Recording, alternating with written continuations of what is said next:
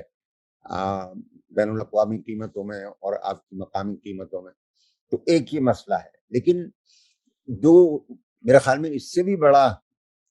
مسئلہ درپیش ہوگا وہ یہ کہ اگلے سال کے بجٹ کے لیے آئی ایم ایف جو اہداف آپ کے ساتھ نیگوشیٹ کرے گا، وہ آپ نے کچھ ہنٹ بھی دیا اپنے تعارفی کلمات میں اس طرف کہ جناب وہ کہہ رہے ہیں کہ 8,000 سے اوپر ٹیکس لے کے جائیں، تو یہ ٹیکسز کہاں سے آئیں گے؟ میں عرض کر رہا تھا کہ ابھی بجلی کے سلسلے میں جو ایڈجسٹمنٹس ہیں وہ تو ابھی ہوئے نہیں ہیں، اور کل 8 روپے کا نیا ٹیکا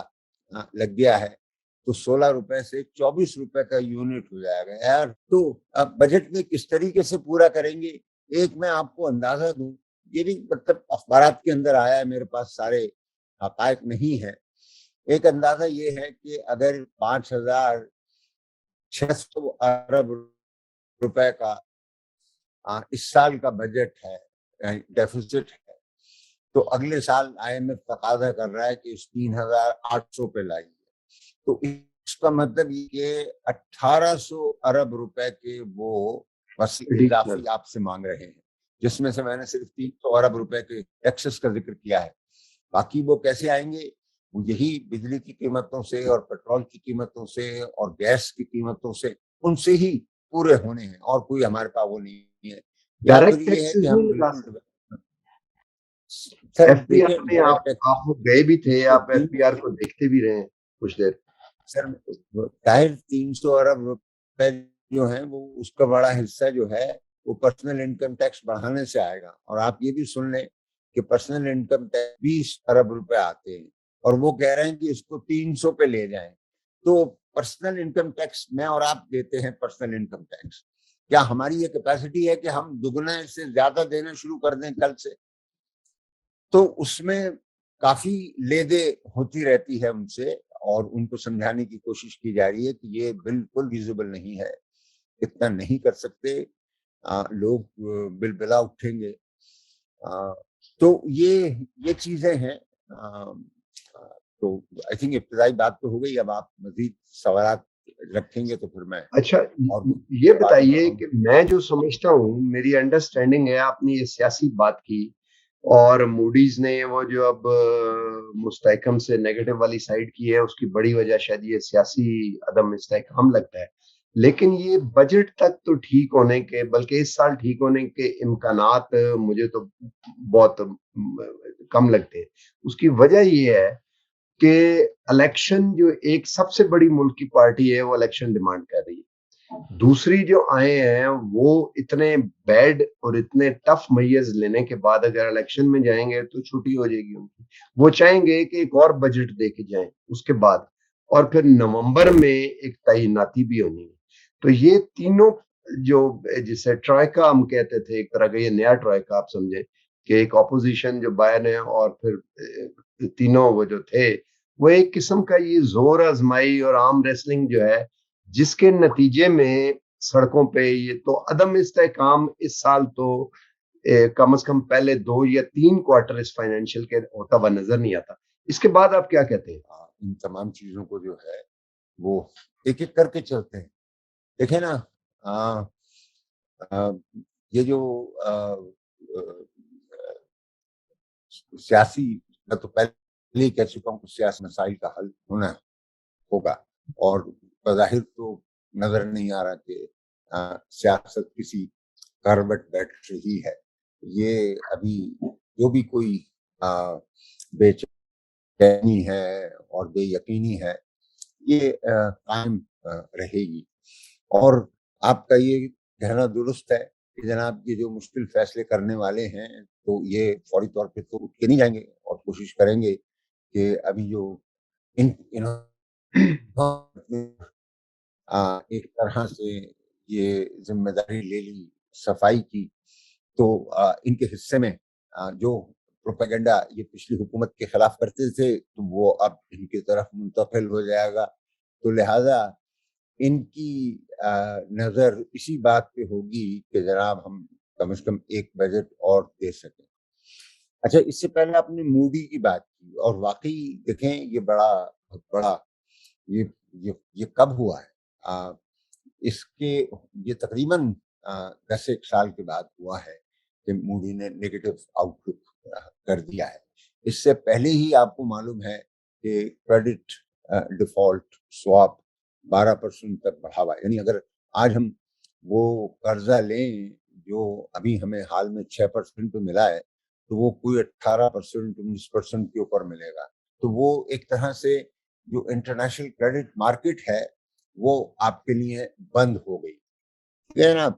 تو آئی ایم ایف کا پروگرام کھلے گا تو اس سے یہ امکان پیدا ہوگا کہ جناب Asian development bank, world bank وغیرہ آپ کی مدد کریں، اور پھر آپ کو ایک اور راؤنڈ کرنا پڑے گا اپنے دوستوں کے ساتھ، اور ان سے مدد مانگنی پڑے گی تاکہ یہ سلسلہ چل سکے۔ لیکن یہ سب کے سب پیچ ورک ہیں۔ جو ایک اسٹریٹجک ڈائریکشن ہے معیشت کا آگے بڑھنے کا، وہ اس وقت تک آپ اس کو نہیں بنا سکتے جب تک کہ یہ جو سیاسی تلاطم ہے اور طغیانی ہے یہ ٹھہر جائے۔ اور میں کوئی سیاست کا ماہر نہیں ہوں جو بتا سکوں کہ کس طرف یہ چیزیں جائیں گی، اور آپ نے ایک بڑی تقرری کا بھی اندیا دیا، اور وہی تسلیس اور ٹرائیکا کا بھی حوالہ دیا۔ یہ سب اس تلاطم کے عوامل ہیں جن کا میں ذکر کر رہا ہوں۔ تو مختصراً میں یہی کہوں گا کہ معیشت بڑی سخت مشکلات کا شکار ہے، اور اس کے پس منظر میں ایک بہت ہی پیچیدہ سیاسی صورتحال ہے جو ہمارے سروں پر منڈلا رہی ہے، اور ہم تو صرف دعا کر سکتے کہ اللہ تعالیٰ رحم فرمائے اس ملک کے اوپر اور ہمارے لیے آسانیاں پیدا کر دے۔ اگر دعا سے بڑھ کے آپ کو یہ کہا جائے کہ کوئی دوا دے، تو آپ سٹارٹنگ پوائنٹ کیا ہے؟ اور مڈ ٹرم سے میں کوئی لمبا مڈ ٹرم سالوں میں نہیں کہہ رہا، یہ جو اگلا فائنینشیل ایئر سٹارٹ ہو رہا ہے اس کے پہلے 2 یا 3 کوارٹرز کی میں بات کر رہا ہوں، تو کیا دوا ہو سکتا؟ آپ جو ہیں یعنی اس وقت حالت آپ کی یہ ہے کہ ہم بری طریقے سے ایک ایسے گرداب میں گھرے ہوئے ہیں کہ سوائے اس کے کہ آپ اپنی وہ جسے کہتے ہیں کہاوتاً کہ اپنے جی اپنے 2 روٹی کو 1 روٹی کرنا ہے، ایک رائڈ کے بجائے آدھی رائڈ، یا 2 کے بجائے 1 کرنی ہوگی۔ ہر چیز میں کٹوتی کرنی ہوگی، وسائل ہے ہی نہیں۔ تو دیکھیں یہاں پر، اور آپ کو معلوم ہے آپ نے اتنے عرصے بہت ہی جاسوسانی کے ساتھ معیشت کا مطالعہ کیا ہے کہ ہمارے ہاں روپے کا مسئلہ نہیں ہوتا، وہ کہ اب وہ بھی مسئلہ کھڑا کر دیا ہے اسٹیٹ بینک کے قانون میں ترمیم کرنے کے بعد۔ ہمارا مسئلہ ڈالرز کا ہوتا ہے، ڈالرز کہاں سے لے کر آئے؟ ابھی آپ نے اپنے ابتدائیہ میں تعارف کرایا کہ جناب وہ 58% آپ کا کرنٹ ٹریڈ اکاؤنٹ بڑھ گیا۔ اس کا مطلب یہ ہے کہ جو سال ختم ہوگا تو 16-17 بلین ڈالر کا کرنٹ اکاؤنٹ تو کہیں نہیں گیا۔ اب آپ طاہر بھائی یاد کیجئے کہ آخری سال جو تھا نون کی حکومت کا، تو اس میں 19 ارب روپے کا کرنٹ اکاؤنٹ ڈیفیسٹ ہو گیا۔ اس کو سم اپ کر کے ہم یہ بتاتے ہیں، باٹم لائن یہ ہے، انہوں نے یہ بتایا ہے کہ مشکل حالات ہیں، اور پٹرول کی قیمت میں جیسے انہوں نے بتایا کہ 18 روپے، اور ڈیزل کی قیمت میں 26 روپے مزید اضافہ کرنا پڑے گا، ساتھ ہی اس کے اوپر جو لیوی ختم کر دی تھی وہ بھی ڈالنی پڑے گی۔ تو یہ کسی بھی طرح سے جو ہے وہ تقریباً 25-30 روپے کا یہ بھی اضافہ، پھر اس کے علاوہ بجلی کی جو 24 روپے اب یونٹ ہو گئے، اس میں بھی مزید اضافہ کرنا پڑے گا۔ اور صرف یہی نہیں،